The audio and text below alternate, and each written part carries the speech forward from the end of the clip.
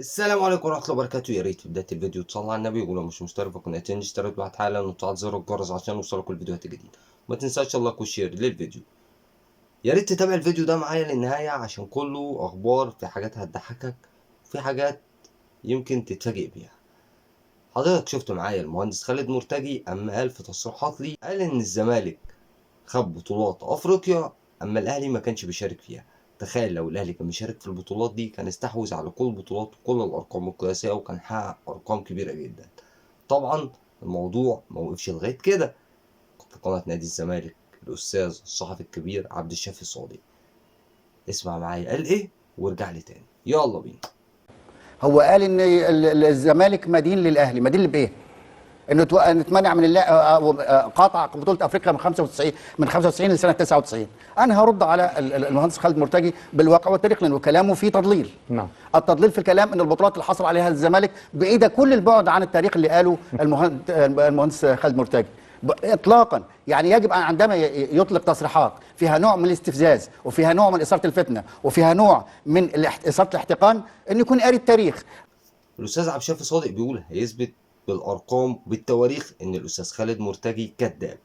من 95 ل 99 الأهلي لم يشارك في البطولات الأفريقية والزمالك محققش البطولات دي. طيب يا أستاذ عبد الشافي، أنت بتقول هو الراجل بيزور في التواريخ صح؟ بتقول بيزور في الحقيقة. طب يا أستاذ عبد الشافي، أنت ناقد رياضي كبير، أنا جهزت الورقة والقلم وقول لنا بقى الحقيقة فين يا أستاذ عبد الشافي؟ أنت قلت من 95 ل 99 هتجيب لي إن الزمالك ما خدش البطولات دي وهتثبت لنا إن كلام أستاذ خالد مرتجي كذاب وأنت صح.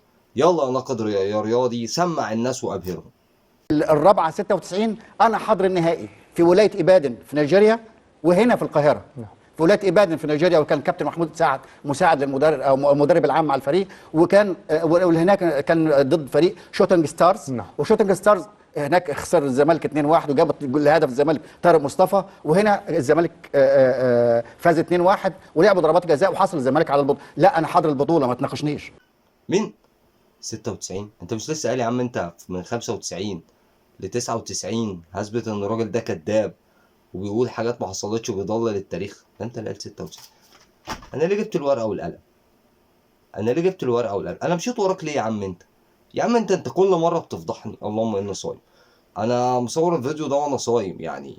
استاذ عبد الشافي راعي ان في ناس بتصوم في الايام دي، الناس ما عندهاش طولة بال للي انت بتقوله. عندك معلومه كويسه قولها، ما عندكش بلاش يا استاذ عبد الشافي. خليتني احضر ورقه وقلم واقول نشوف الراجل ده بيقول ايه وهيثبت استاذ خالد مرتجي كذاب. طيب كان في واحد معاك اسمه تقريبا محمد نبيل اتكلم في حاجه تانية خالص، سمعني. الجمهور مستحمل اي شيء، انما كل تفكيره منصب في اتجاه واحد، وهو امتى هيشوف مستشار مرتضى منصور تاني على مقعد الرئاسه وبيقود النادي مره تانيه. هو دوت اهميه المستشار مرتضى منصور، ان هو خلق لنفسه حاله وخلق لنفسه قيمه توازي قيمه نادي الزمالك، وهو بصراحه يستحقها، والنادي يستحق وجود شخص بقدره وبعقليه المستشار مرتضى.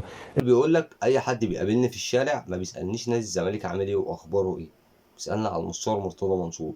المستشار مرتضى منصور عمل قيمه ليه زي قيمه الزمالك، بقى اهم الراجل بقى اهم. مستشار مرتضى منصور الناس بتسال عليه اكتر ما بتسال عن نادي الزمالك، عايز تعرف اخباره اكتر ما بتعرف اخبار نادي الزمالك.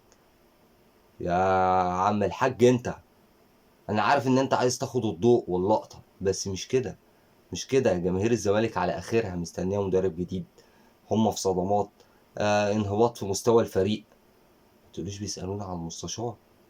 بتقول المستشار بالنسبه لهم اهم من نادي الزمالك. ايه ده يا عم؟ يا عم ايه الحلاوه دي؟ ايه الدماغ دي؟ يا جدعان انتوا بتعملوا ايه؟ والله بجد انتوا بتبرمجوا كده ازاي؟ يعني قولوا لي بتبرمجوا كده ازاي؟ يعني هو المستشار مرتضى منصور هو اللي بيلعب الفرق في الدوري؟ المستشار مرتضى منصور في بقيه الالعاب الرياضيه الاخرى هو اللي بيلعب الفرق التانيه؟ مستشار مرتضى منصور هو اللي بياخد 2 دوري وكاس؟ مستشار مرتضى منصور هو اللي اتغلب من شباب بلوزداد؟ يا جدعان مش كده، يا جدعان يا جدعان كفايه، يا جدعان الواحد صايم والله ما تبقوش كده. المهم أزمة خالد الغندور ورامز جلال الشهيرة.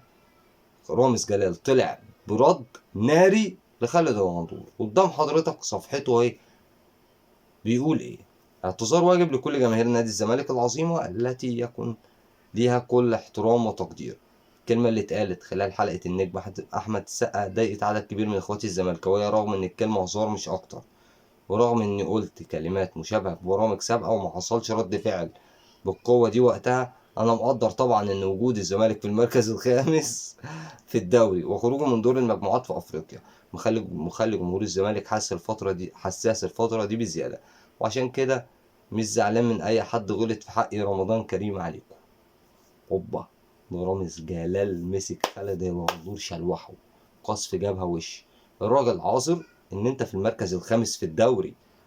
يعني شفت يا راجل، يا كنت سكت. محمد فضل لو حضرتك تعرفه، لاعب سابق قبل كده كان في النادي الاهلي، طالع بيقول لك اعلام النادي الاهلي دلوقتي بيحاول يخلي الخطيب بطل، واي شخص بينتقده فهو شخص سيء. يا كابتن محمد اللي انت بتقوله ده، احنا شكلنا كده داخلين على مصطفى يونس ومجدي عبد الغني بس حد حديث. هي شكلها كده. لا سكتش على كده بس، ده قال ايه كمان؟ بقول لك انا ما اتكلمتش مع الخطيب قبل كده، بس في اشخاص بتسيء النادي الاهلي وكابتن الخطيب ساكت، فاظن ان الكلام ده عاجبه. عاجب مين يا ابني؟ انت يا ابني ما بتطلعش تقول الكلام ده عن الناس التانية ليه؟ انت ذات نفسك ابن من ابناء نادي الاسماعيلي، وقلت انت الكلام ده، مش انا اللي بتبلى عليك، انت بنفسك اللي قلت انا ابن من ابناء نادي الاسماعيلي. طيب ويا ريت سكت على كده بس، لا كمل. بص بيقول لك اللجنه الاعلاميه في النادي الاهلي تعمل على ارهاب اي شخص ينتقد الاهلي. النادي الاهلي هو صاحب المبادئ والقيم، ولا يصح لكي تحمل المسؤولين ان تهاجم ابناء النادي مثل حسام غالي ووليد صلاح الدين وانا وطه اسماعيل. ومين بيهاجم الناس دي؟ انت اللي بتتهاجم. بس ليه؟ لان انت تطلع دايما بتغلط في النادي الاهلي وبتغلط في مجلس ادارته. شايف النادي الاهلي حاليا، انا بكلمك حاليا، سابقا انت ليك موقف سابقا كارثيه، بس اتقل هرد عليك حاليا.